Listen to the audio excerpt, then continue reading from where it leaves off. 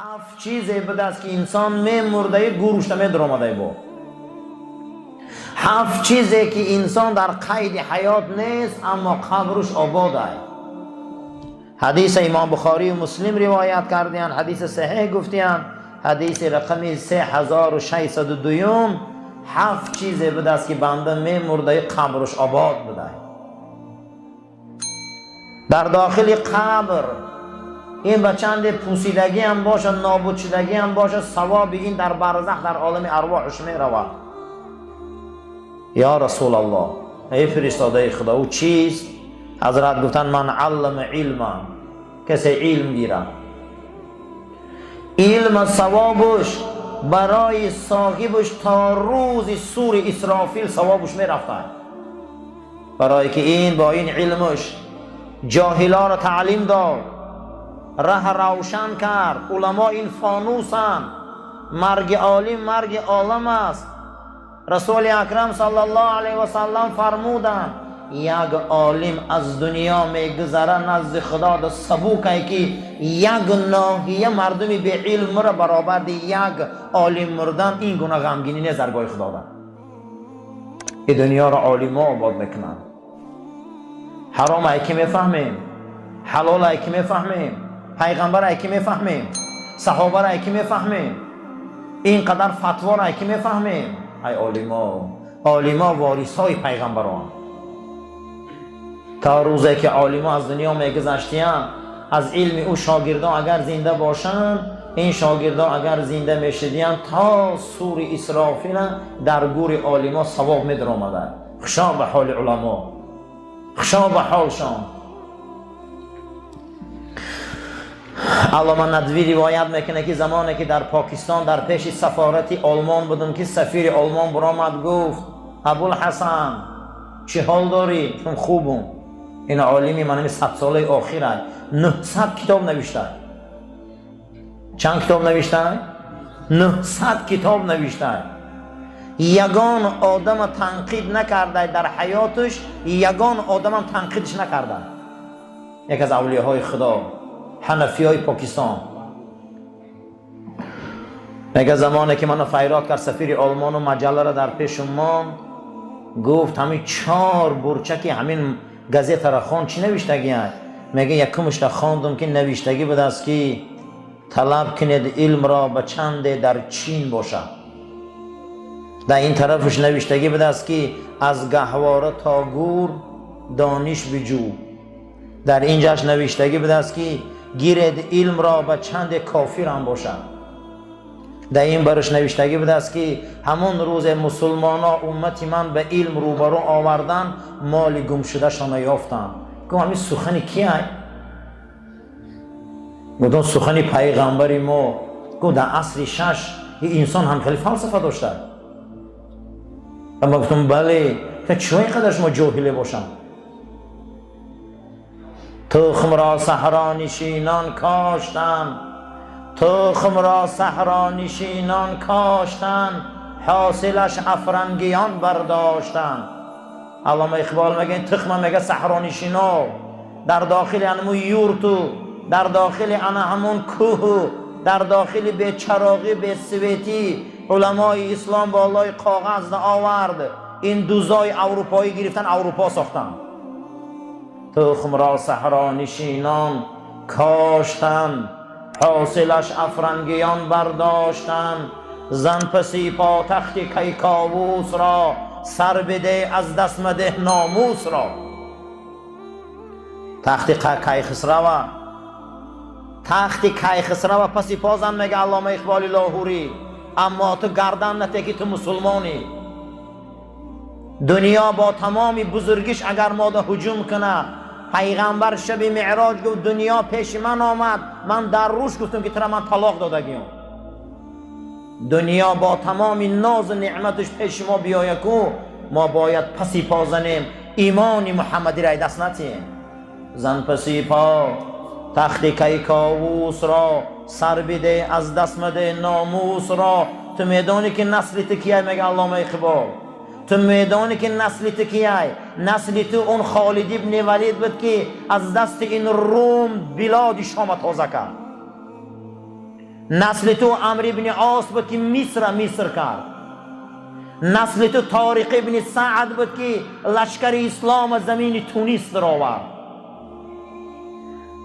نسل تو بابای تو عبدالله ابن ابی سرح بود که لشکر اسلام در زمین فرانسه و در زمین اسپانیا شرمنده کرد، لشکر کفر.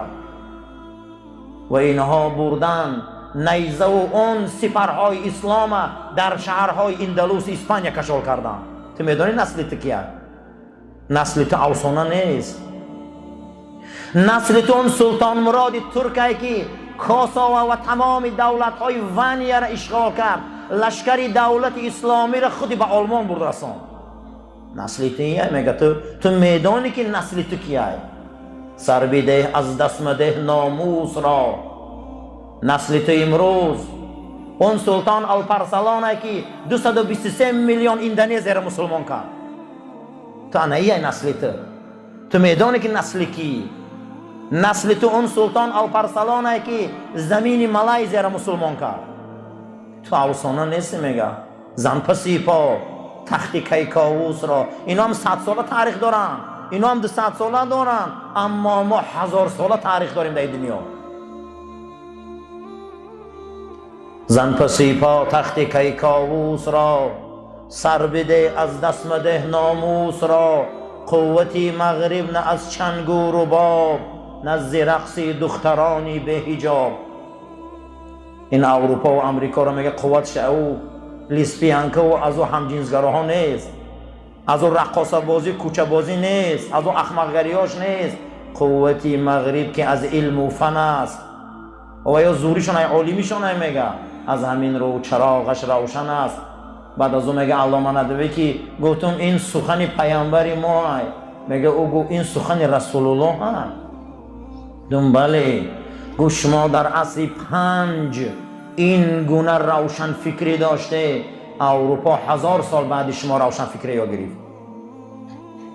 ما باید تاریخ ما ندانیم. عالم میمرده گروش روشن بوده به این علمش، عالم میمرده دنیا را روشن میکرده است. علم نه همین است. رسول ما عالم در این زمین علم آورد. مسلمان ها باید به سوی علم دوان. دوم او اجرا نهران، کسی مردم در آب گذرانه، کسی مردم در دریا گذرانه، کسی مردم در نهر گذرانه، کسی مردم در امروز آبی چشمه بیاره، جاهای خشک ده مردم در آبیاری کنه تا سور اسرافیل گروش پر نور بده. او حفر بیرن یا چاه کنه. او صحابه می بیان میگه میخوام در حق پدرم خدمت کنم. چی خدمت کنم؟ فرستاده خدا حضرت میگه رو چاه کن. هر کسی که از این چاه نوشت قبری پدرت پر نور میشه. او غرس نخلن، کسی یک درخت میوه‌دار شیرانه. رسول اکرم صلی الله علیه و سلم فرمودند خدا لعنت کند اون مرد زنی را که میوه تر بریدن به خودش عادت میکنه، میوه های تر نبره که اینا ذکر خدا میکنن. کسی یک درخت میشیرانه قسم به خدا تا روز قیامت کسی از این درخت میخوره و تناول میکنه در همون صاحبش میره و صدقه میرسد. میگه که علامه لالکانی در کتابش میبیاره که از ولی های خدا میگه زمینی سمنگان قدی میگذشت در زیر یک درختی چنار میگه دراز کشید، میگه خواب کرد که همین خوابی بردگیشت میگه همون گنجشکایی که در شاخ درخت شیشتگی بودن همشان میگفتن پروردگارا درخشیران جاش بهشت گردان، پروردگارا درخشیران جاش بهشت گردان. میگه از جاش خیس و دعا کرد، از خدا طلب کرد که پروردگارا نمیشه که همین سردار همین گنجشکا قدی تو یک الهام تیک من گم بزنم. میگه وقتی صحبت کرده پرسید گو شما چی میگه؟ گو ما درخشیران دعا میکنیم. گو درخشیران صاحبش میدانه؟ گو نه. و میگه از محله پرسیده رفت میگه همون محله در آمد که درخشیران بر وقت از دنیا گذشته بوده فرزنداش بدیم. میگه اگر اجازت باشه درختان من میخرم چند سو میگویی. و میگه بایم حیرانش نگویی بابای ما بابایینش هم شیران بود از برای الله خیلی چیزی تهی. و میگه این خریده آمد در زیر درخت خواب رفت که تا پیشینه میگه همین پرنده ها گفته ایشان پروردگارا درخت خره رحمت کن، درخت خره رحمت کن. پیشین خواند، بعد از پیشین میگه با درخشیران نام گرفتم. بعد میگه دعا کرده آمد گو من این خریدم ای خدم کردم، شما در حق ما دعا دیگه شما نمیکنی. گفت تا پیشین خریدگی تو ثوابش تمام شد، بعد پیشین با درخشیران ده میره. ولی اگر باید مسلمان افطار تی گپ دیگه، اکو درخت بو او برمون، اکو خوشک او برمون، یا شتر او میتی در اسلام ثواب های، اما یا روزدار او تی چی؟ اما یا روزدار دستشگیری چی؟ یا مسلمان حرمت کنی چی؟ یا مسلمان دوست داری چی؟ ولی ما ثواب ندیدیم. قسم به خدا ثواب بینیم کو ما دیگر از درون ثواب نمیگریزیم. روز قیامت حسنات میخوردیم که چوه ثواب کم کردیم، ولی ندیدیم ثواب. او غرس نخلا کسی یک درخت شیرانه تا روز قیامت گورش روشن بده. او بنا مسجدن کسی مسجد بنیاد کنه. خشا به حال انسان های مسجد میسازن. روز قیامت بنده ها را حساب کتاب میکردین، دو چیز دا آمدن دا خدا میگفته حساب نکنه. میگفته چی های؟ حساب نکنه این دو چیزا.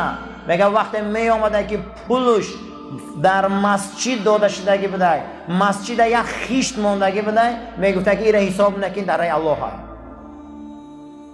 در رای مسجد حساب نمیکردیم. گفتن دویمش چی های؟ گفت کسی پدر و مادرش تا گفت نفقه میتیم. نفقه پدر و مادرم این خالصه لیلا خدا حساب نمیکردن. کتگیاتون پولاتون اتواتون دا صرف کنه. همون چاپلوسی و چرم زبانیه که یک ظالم یا پولدار میکنه روی اتو و چرا کنه. تعریف پدر و مادر کنه. اوقات گرم اتو و چرته تبابت اونها رو بره، لباس ها رو برای اونها خره، برای پدر و مادر آبرو شوه، برای پدر و مادر رنگ کوه باری ستون شوه، برای پدر و مادر همیشه